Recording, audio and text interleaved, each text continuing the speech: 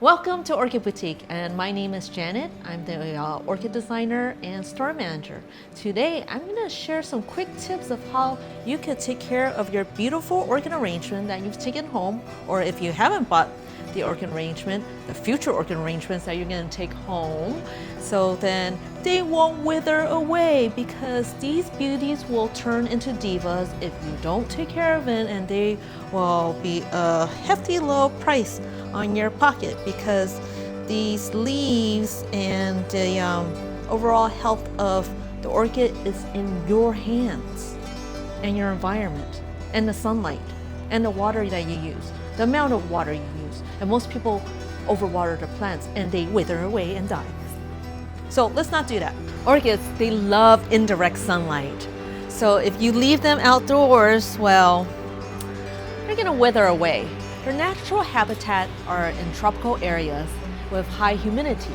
Because we don't have that in our own place in California, we like to place them in west or east facing windows where the sun is not too harsh. Or if you find north or south facing windows, make sure you have a light curtain to filter the light. The next step is to make sure that your leaves are clean. And what I mean by that is that there's no dust on top of the leaves, because when there's dust and particles, the sunlight cannot penetrate and create photosynthesis onto the leaves, which will provide longevity.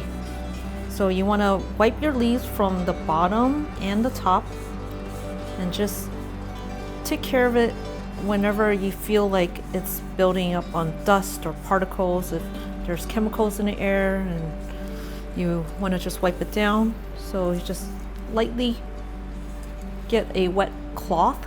I just use a paper towel and then I wet it in water.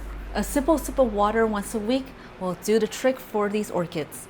Now, you don't want to overwater them, and the way you can tell is by putting your finger into the root system right here, or your orchid arrangement, and feel if it's cold or damp.